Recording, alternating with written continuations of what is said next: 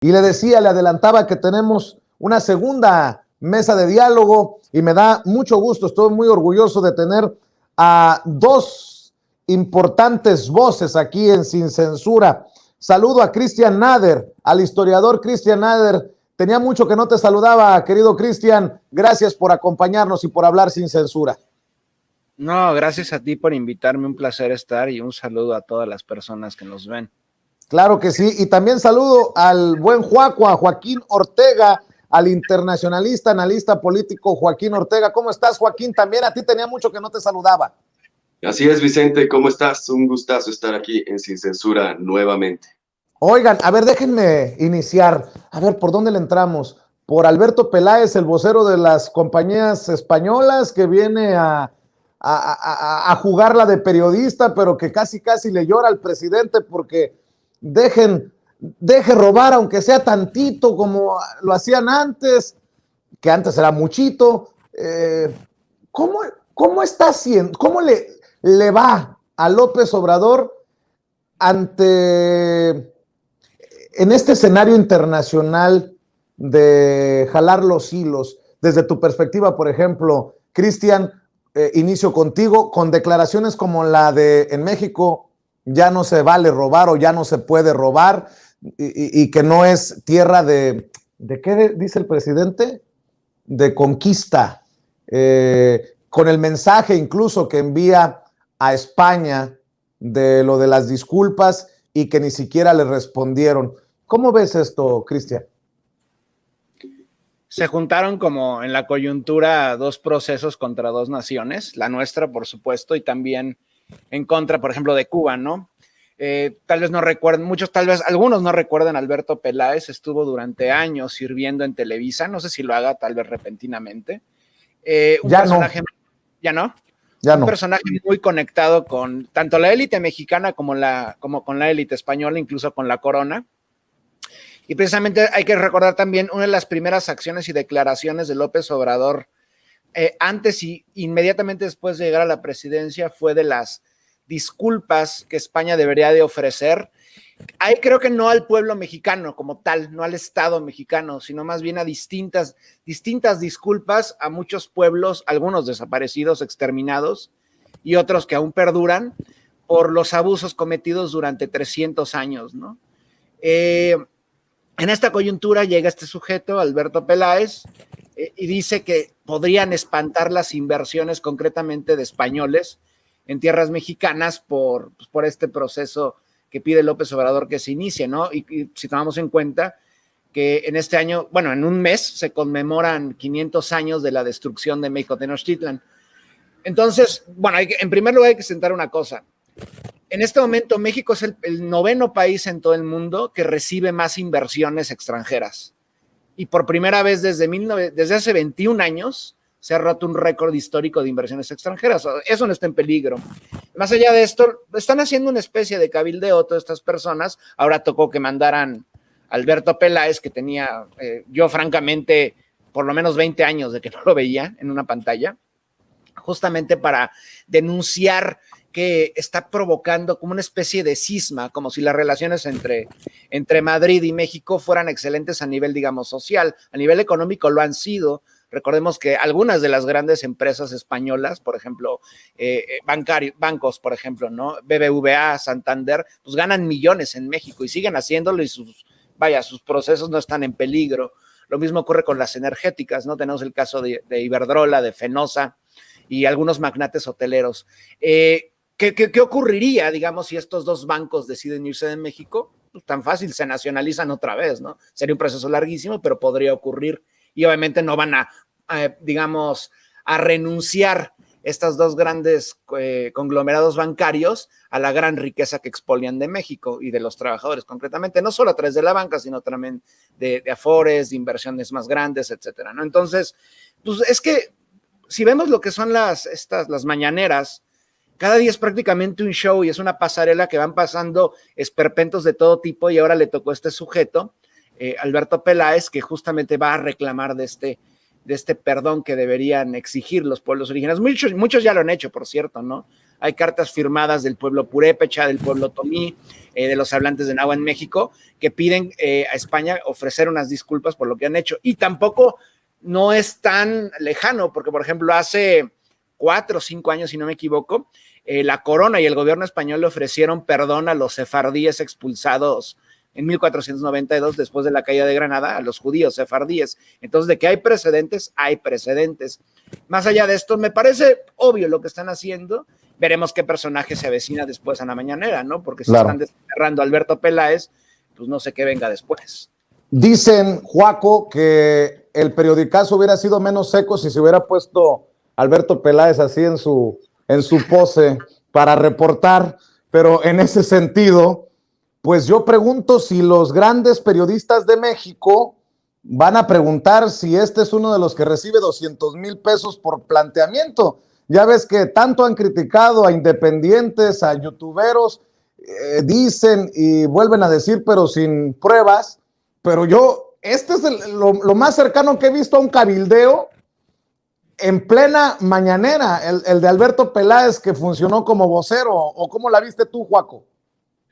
Es muy interesante lo que dices, Vicente, porque si bien parece un cabildeo, tenemos que recordar que la política exterior española va íntimamente ligada con la penetración de sus negocios privados.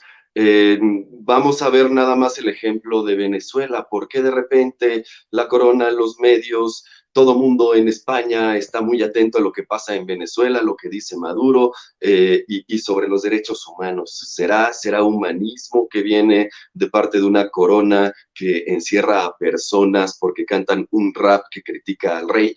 Pues difícilmente. Es porque Venezuela hizo el esfuerzo gigantesco de renacionalizar recursos estratégicos y lastimó así las pretensiones y los negocios de empresas españolas que tenían apostada una buena inversión ahí. Lo mismo con México. Cristian lo dice claramente, en gobiernos anteriores había un maridaje entre el gobierno mexicano, la burguesía local y los negocios españoles. Vaya, tuvimos a un secretario de Gobernación que era español y que estaba ligado precisamente a este tipo de familias, a este tipo Gallego. de negocios, gallego particularmente, muy bien.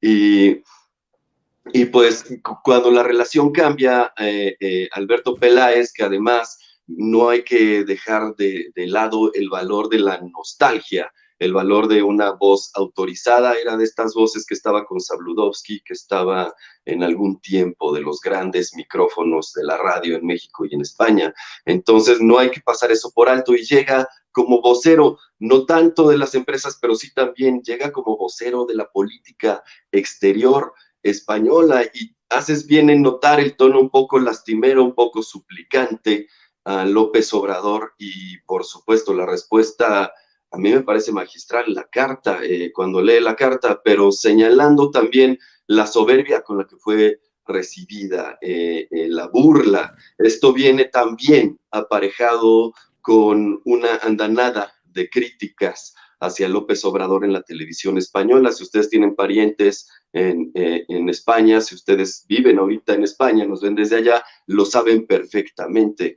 La única información que ven los españoles sobre López Obrador son menciones negativas, y esto también tiene que ver con que los medios en España son parte del conglomerado empresarial de las empresas energéticas. Todo es una política que, bueno, a mi parecer es un poco miope dejar de lado ciertas relaciones geopolíticas nada más por el negocio, por dejar que tus empresas entren y penetren y dominen un mercado extranjero.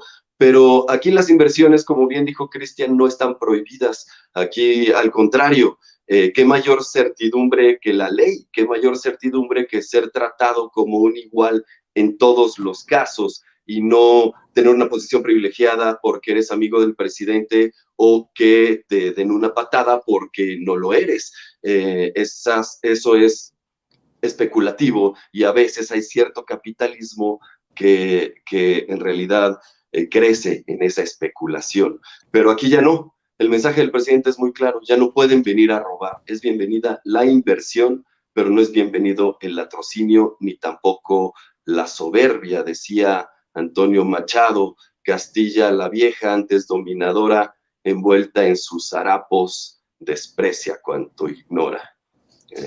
Joaquín, Cristian, pues ya que se va a poner sabroso, les pregunto, ¿cómo han visto el papel del presidente Andrés Manuel López Obrador en el tema Cuba? Que además yo lo considero muy congruente, porque muchos que critican piensan que somos pendejos, los ciudadanos de a pie.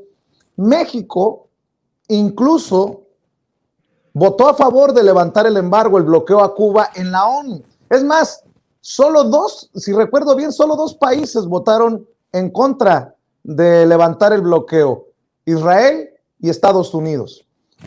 Todo el escenario, todo la baraja de países pide que se levante el bloqueo, y eso es lo que dice el presidente en el tema de Cuba. Creo yo que no se mete aquí en izquierdas, derechas, comunismo, capitalismo, dictadores, presidentes, pero hacia allá están arrastrando a Andrés Manuel López Obrador. ¿Cómo han visto ustedes el posicionamiento de Andrés Manuel López Obrador, que pues hoy nos tiene pues tan ocupados en estos temas, Cristian? Perfectamente bien y muy responsable con respecto a la política que se ha llevado basada en la doctrina Estrada. Y aquí menciono nuevamente lo de la coyuntura, ¿no? La historia, por ejemplo, del show que hizo Alberto Peláez en la mañanera es muy parecido a las críticas que surgen históricas en contra del gobierno cubano, porque, por ejemplo, cuando viene la Revolución Cubana, cuando triunfa en el 59, muchísimos de los grandes terratenientes cubanos, productores azucareros, esclavistas además, extraoficialmente, azucareros, por supuesto tabacaleros, etcétera, tenían la doble nacionalidad todavía, seguían siendo cubanos y españoles. Y España perdió miles de millones de dólares por indemnizaciones a la población porque se nacionalizaron. Y es muy parecido al caso mexicano, ¿no? Ahora bien, concretamente lo que hace López Obrador pues es totalmente consecuente y va de la mano también de lo que hicieron otras más de 180 naciones, porque se votaron en la Asamblea de Naciones Unidas para ver justamente si se puede, quién está en contra de este embargo, bloqueo ilegal, genocida que lleva más de 6 décadas. Curiosamente fue un solo país el que se opuso, digo un solo país porque no reconozco al intencionista como un país y a fin de cuentas es parte de Estados Unidos, ¿no? Y más allá de esto refleja que es una política global en contra de este embargo, ¿no? Y curiosamente, este proceso que se realiza, esta ofensiva digital mediática en contra de Cuba, ocurre 2 semanas después, menos de 2 semanas después de esta votación. Obviamente es para ensombrecer esto y nuevamente crear un tema de tensión ante protestas de grupos minúsculos en la isla y que esto no se refleja como en un cambio generalizado que el pueblo cubano. De hecho, el pueblo cubano salió a las calles a defender la revolución, que la revolución continúa, ¿no? Han sido días bastante por cierto, centrados en Centroamérica y en el Caribe con respecto a las agresiones, no solamente de Estados Unidos, sino también en unísono las distintas potencias europeas, ¿no? Concretamente España, porque también de España salieron, por ejemplo, la población de exiliados de la burguesía cubana desde hace 60 años en España, también cantando que se libera Cuba, y ya saben, esta sarta de mentiras, ¿no? Entonces, más allá de esto, hay que recordar que el único enemigo que empobrece precisamente al pueblo cubano es Estados Unidos, y es este bloqueo precisamente el que ha tratado de estrangular al país isleño durante más de 6 décadas, ¿no? Y a pesar de ello, La Habana y el Estado cubano es una punta de lanza en educación, en salud, en tecnología, en ciencias, etcétera, ¿no? Es un polo de resistencia y es lo que Estados Unidos no puede tolerar, que en pleno siglo XXI existe una potencia a pocos kilómetros de su costa que desafíe el imperialismo estadounidense, ¿no? Y López Obrador, pues perfectamente bien, ¿no? Claro, hasta el punto donde un gobierno que también sigue metido en la democracia liberal puede hacer, ¿no? Estamos opuestos a esto,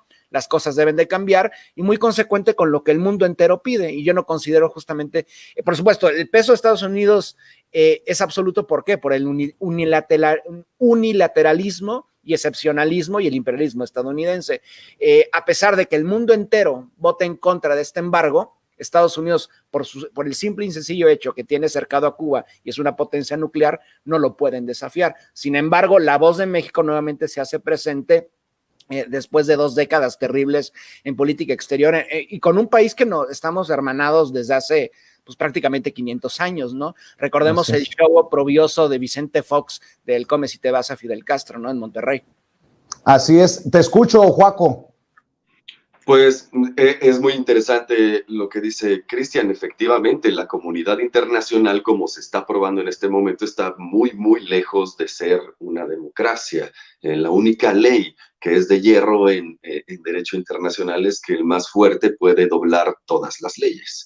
Esto se prueba en ese momento. También anota y lo dice muy bien, es coyuntural. Ha habido un foco en el Caribe en las últimas semanas, en Haití, en Cuba en particular, y la estrategia ha cambiado. Cuando antes mandaban mercenarios armados en Bahía de Cochinos, ahorita la estrategia parece híbrida, parece algo similar a lo que ocurrió en Bielorrusia, algo similar a lo que ha ocurrido en Venezuela, ¿no? Una guarimba en el malecón de La Habana.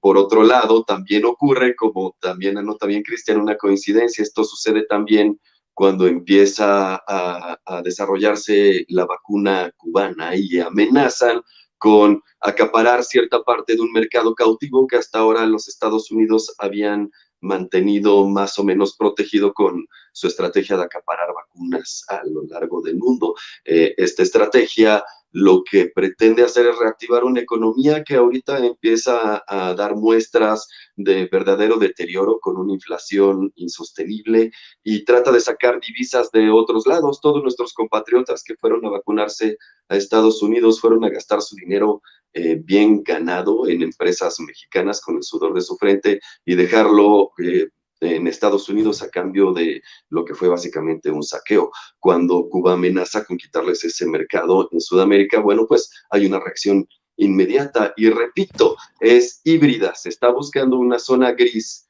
en donde una agresión y una oposición no tengan una diferencia tan clara, y donde una acción de represión es necesariamente vista como una violación imperdonable y que requeriría una respuesta internacional. Sin embargo, acabamos de ver en Francia o en España cómo se mutila, se le saca los ojos a los manifestantes, y por supuesto la reacción ni de la prensa internacional ni de la comunidad internacional ha sido equivalente. Repito, no es una democracia y no es un campo de juego parejo. Si alguno tiene que salir corriendo o si tenemos que salir corriendo, díganme, porque sé que tienen muchos compromisos y les quiero agradecer por su generosidad, pero déjenme plantear esto. El capitalismo pospandemia o en plena pandemia. Que alguien me explique cómo es que los ricos son más ricos en pandemia y estamos paleando con esto en el mundo. ¿A dónde vamos a parar? ¿Qué tanto es ser rico? ¿Qué tantos millones necesitas? Hablo de los Elon Musk, en México los que ya hemos mencionado siempre, los Salinas Pliego, que son cada vez más mezquinos, por cierto, en sus señalamientos públicos, en sus declaraciones públicas. Háblenme de esto. Ustedes que los he escuchado y quiero que hablemos de eso para la audiencia de Sin Censura. ¿Hacia dónde vamos, Cristian Nader, Joaco? ¿Hacia dónde vamos con estos que lucran y siguen lucrando, y los pobres que, pues sí, cada vez somos más pobres? ¿Hacia dónde va? Sí, bueno, el capitalismo planetario, el sistema mundo capitalista, generalmente en las crisis, digamos, económicas, que en sí el capitalismo es la crisis, hay como 2 posibilidades. Una, ir en contra del capitalismo, o sea, una revolución, una revuelta en contra del sistema económico y social dominante. O bien, como está ocurriendo a nivel global, a nivel planetario, es que el capitalismo se reestructure, y ahora por eso vemos a personajes como Jeff Bezos de Amazon, que en esta pandemia, precisamente por los mismos hábitos de consumo que se han modificado, por lo menos en los países epicéntricos, llámese Estados Unidos en Europa, pues la gente no podía salir. Entonces pedían todo a domicilio. Esto hizo que su fortuna de por sí ya era obscena se exacerbara, ¿no? Y sumado a esto está la explotación de los trabajadores. Estoy citando el caso de Amazon porque es el más presente, ¿no? La explotación de los trabajadores trabajando de 14 a 16 jornadas que no pueden ir ni siquiera al sanitario. Y no nada más en consumo, sino también en producción, ¿no? La producción, mencionaste ahorita, Vicente, a Elon Musk, por ejemplo, ¿no? Que además de ser un junior cuyo único talento es realmente tratar de comprar las novedades a precio de ganga, pues también es un explotador y también es un golpista. Recordemos lo que hizo en 2019 junto con otros grandes oligarcas de litio a nivel global, apoyó el golpe de Estado en Bolivia, ¿no? Creo que a nivel global y ya como un asunto ya de nuestra civilización y civilizatorio, pues es ir hacia el colapso, un colapso asegurado, porque por ejemplo el cambio climático ante el modo de producción capitalista pues ya no se puede revertir. Se pueden tomar ciertos paliativos, pero esto pues, por supuesto es totalmente falso y no va a ocurrir absolutamente nada. Ahora bien, de que hay otros modelos, por supuesto, y en la pandemia se ha visto, pues sí los hay. Tenemos el caso cubano, por ejemplo, ¿no? Que creo que la historia de Cuba también, y la historia de Haití, por ejemplo. Hablemos de Haití, que es el caso, digamos, más presente, ¿no? A la par de que estaban orquestando una pseudo protesta en los medios, en las redes, en Haití acababan de matar un presidente a tiros, que tampoco era una perita en dulce, era un acaparador de tierras, ladrón de los pequeños productores, que a través de la agroindustria del cultivo de bananas se había hecho con el país y los Clinton le otorgaron la presidencia a Juvenal Moise. Previamente estaba Michel Martelly y estoy poniendo el ejemplo haitiano porque es el país del continente y el hemisferio occidental más pobre del planeta, pero tiene una de las élites más ricas, que por cierto no vive en Haití, vive al otro lado del Caribe, ya en suelo estadounidense, en Florida, ¿no? Ahí podemos verlo, el capitalismo, lo vulgar y ruin que es, como un país con la riqueza de Haití, porque tiene muchísima riqueza minera, suelo para la agricultura después de haber deforestado toda la isla, como un país que tiene esta pobreza tan abominable, puede tener alguna de las élites más ricas del planeta, y es precisamente a través del capitalismo y el proteccionismo que brinda Estados Unidos este tipo de delincuentes. Quien tiene una de las concesiones mineras a perpetuidad para la explotación de oro en Haití es el hermano de Hillary Clinton, Tony Rodham. Entonces ahí podemos ver, ¿no? Eso es el capitalismo, y lamentablemente en la pandemia se ha exacerbado esto, ¿no? Vuelvo a poner el ejemplo de Jeff Bezos, el ejemplo de Elon Musk, o por ejemplo el ejemplo de Amancio Ortega, hablando del caso español, ¿no? Porque a fin de cuentas la prensa también son cabilderos y son representantes de estos oligarcas, en este caso textilero, ¿no? Ellos siguen ganando todo, millones y millones de dólares, ¿no? Miles de millones de dólares en países donde prácticamente pues la gente no gana menos de $1 al día, inclusive niños, ¿no? Llámese Bangladesh, llámese la India, llámese Haití, donde están los más grandes polígonos industriales, textileros, etcétera, etcétera, ¿no? Y nuevamente volvemos a la coyuntura mexicana, ¿no? Eso ven los españoles, que podría estar en riesgo ante las cada vez mayores declaraciones del gobierno mexicano en que la soberanía mexicana se debe de respetar. O respetan y cumplen los derechos de los trabajadores, no nada más son mano de obra barata, inacabable, o se largan de este país. Y eso es lo más interesante, ¿no? Porque pues, México también es una potencia maquiladora, textilera, ¿no? Lamentablemente en el norte del país las condiciones siguen siendo pues, muy miserables, ¿no? Y eso es lo que representan los grandes gobiernos como España, que a fin de cuentas lo privado y lo público no se puede separar.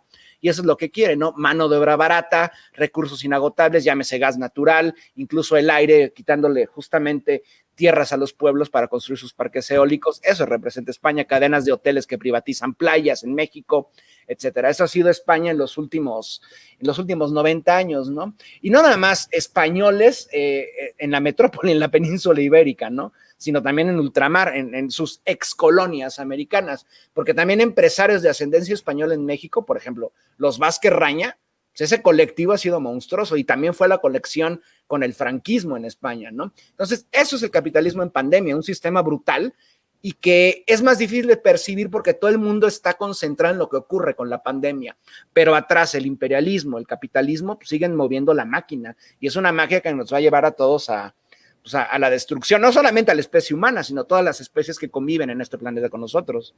Qué interesante lo que menciona Cristian, Joaquín. y lo pregunto en el contexto de la otra mesa que seguramente escuchaban con Renata Turrent y Marcelino Gómez Brenes, porque yo preguntaba de dónde salen los más ricos de México y cómo es que se habla de una clase media aspiracionista y si realmente en México se puede aspirar a llegar a tener, solo como ejemplo, un Vicente Serrano, nieto de un albañil, puede aspirar a llegar a tener lo que tiene Salinas Pliego.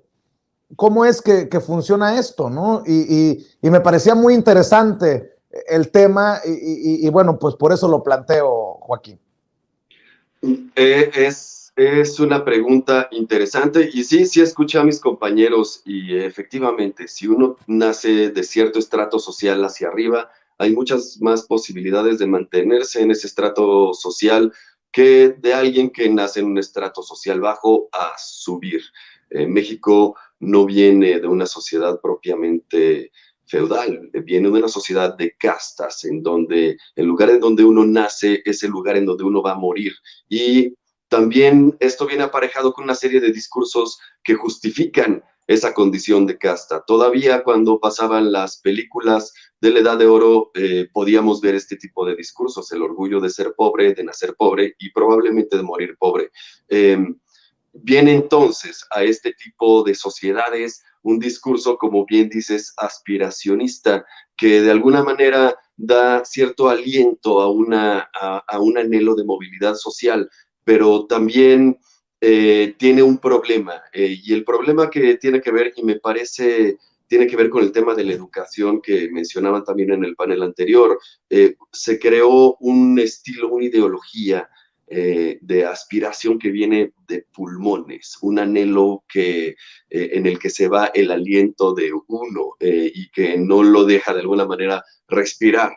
Este tipo de forma no incluye una educación social, es decir, no incluye al otro, sino que la visión es incluso pasarle por encima para sobresalir uno. Es completamente individualista y ve el asunto de la movilidad social como un asunto individual, de movilidad individual.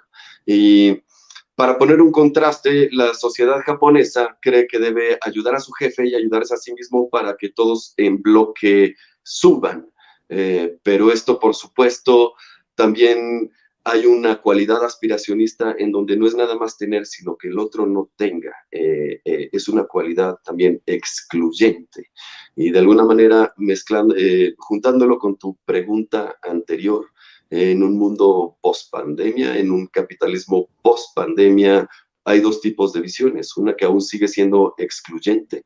Por ejemplo, de acuerdo con las vacunas, si tú tienes cierta vacuna, puedes pasar esta frontera, si no, no. Y esta vacuna viene, claro, ligada a una empresa. Tienes que comprar cierto producto en particular para pasar una frontera o para recibir cierto servicio.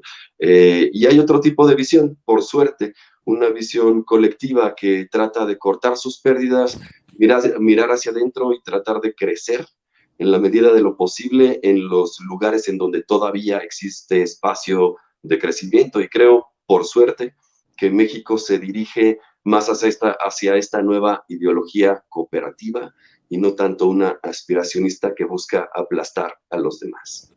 ¿Por qué no cerramos con una última reflexión? Por cierto, antes de que se vayan, invitarlos para que sean más continuas estas pláticas, estas conversaciones que creo que benefician a la audiencia de Sin Censura en la medida de sus posibilidades. Tenía mucho sin verlos a los dos. Ya me pegó un coscorrón la productora, Meme Yamel, así que creo que hacen falta cada vez en más espacios voces como las de ustedes, Cristian, Joaquín.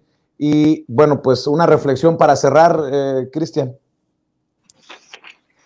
Pues justo, creo que a veces no es que los astros se alineen, ¿no? Pero precisamente hay que reconocer que cuando se trata de una ofensiva no nada más es contra México, no nada más es contra Cuba, no nada más contra Venezuela, etcétera, todos los países que resisten de alguna u otra manera en la medida de sus posibilidades al imperialismo y al capitalismo, no solo estadounidense, porque de pronto que nuevamente surja un imperialismo español, tratar de recuperar ciertos privilegios que perdieron hace 200 años, pues llama la atención, ¿no? Llama la atención esta este show desfachatado de este personaje, Alberto Peláez, en la mañanera.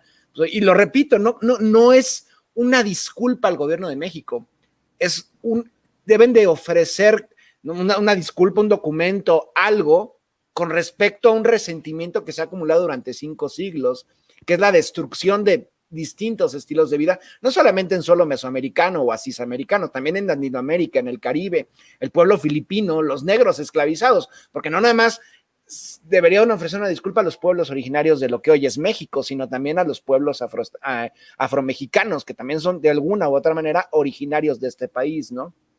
Y juntándolo ya con la época contemporánea, pues es eso, todavía una visión totalmente colonial, eurocéntrica, de supremacía y de pisotear al otro. Y creo que si se van concatenando todas las preguntas, todos los comentarios que hicimos en esa transmisión, es cómo las potencias europeas o Estados Unidos aún nos ven pues, desde arriba y con un sentido humillante y deplorable hacia nosotros. Y me refiero a todos los pueblos de América Latina y en general a todo el mundo en vías de desarrollo, ¿no? Es lamentable que esto ocurra, pero creo yo que por lo menos el primer paso es tener algún gobierno decente que por lo menos defienda los intereses soberanos. Sabemos que no estamos fuera del capitalismo en México, pero por lo menos que se vaya en contra de una red de depredación global encabezada primeramente por Estados Unidos y en segundo lugar por las potencias subordinadas, llámese España o los países europeos, ¿no? Y bueno, muchísimas gracias por la invitación y un placer estar con Joaco y contigo, Vicente. Gracias. Joaco, ¿cómo cierras tú?